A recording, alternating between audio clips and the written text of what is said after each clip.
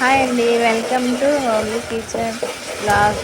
ఈరోజు చికెన్ తయారీ విధానం చూద్దామండి. ముందుగా కళాయి పెట్టుకొని దానిలో నూనె వేసుకొని ఉల్లిపాయలు వేసుకొని అవి వేగాక అల్లం వెల్లుల్లి పేస్ట్ వేసి వేగినాక చికెన్ వేసుకుందామండి. చికెన్ కాసేపు మగ్గినాక ఉప్పు, పసుపు, కారం అవి వేసుకున్నాము.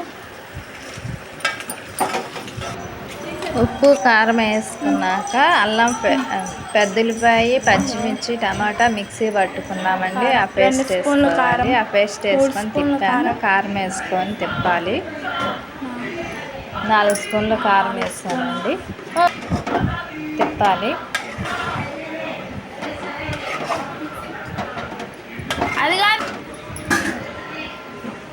ఒక 5 నిమిషాలు మగ్గినాక ఇప్పుడు వాటర్ పోసుకుందామండి.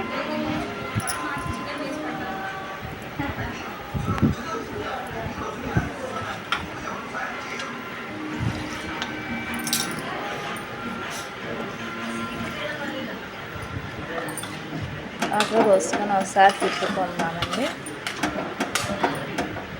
వాటర్ పోసుకోవాలి.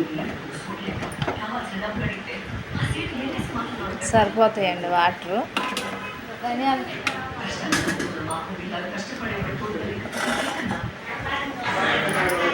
ఉడికిపోయిందండి. ఈ టైంలో ధనియాల పొడి, కొత్తిమీర వేసుకుందాము, కరివేపాకు. ఓకే ఫ్రెండ్స్, ఈ వీడియో నచ్చితే లైక్ చేయండి, షేర్ చేయండి, సబ్స్క్రైబ్ చేసుకోండి.